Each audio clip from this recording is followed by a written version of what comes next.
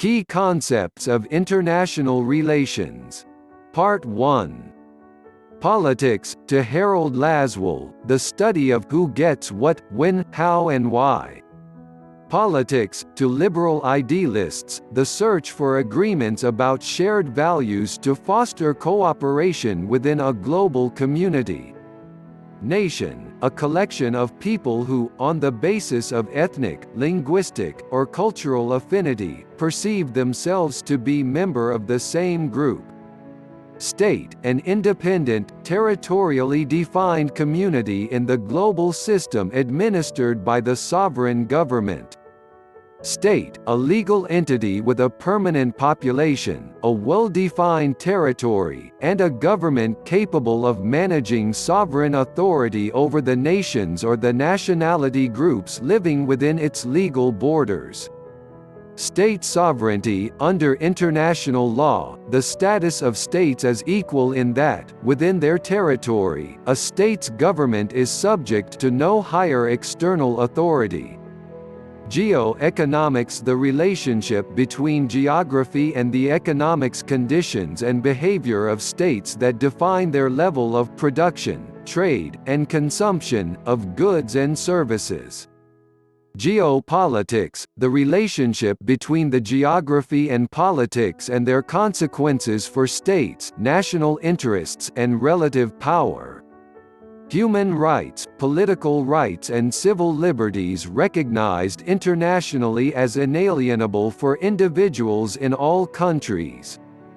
Gross National Product (GNP), the total monetary value of goods and services produced in a state during a specified period.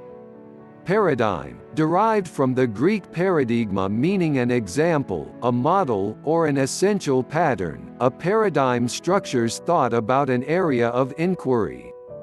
Anarchy, a condition in which the units in the global system are subjected to few if any overarching institutions to regulate their conduct. Ideology, a set of core philosophical principles that a group of leaders and citizens collectively holds about politics, the interests of political actors, and the ways people ought to ethically behave. Level of analysis, the different aspects of an agents in international affairs that may be stressed in interpreting world politics and explaining global phenomena, depending on whether the analyst chooses to focus on wholes. Individual level of analysis, an analytical approach that emphasizes the psychological and perceptual variables motivating people such as those who make foreign policy decisions on behalf of state and other global actors. State level of analysis, an analytical approach that emphasizes how the internal attributes of state influence their foreign policy behavior. Global level of analysis, an analytical approach that emphasizes the impact of worldwide conditions on foreign policy behavior.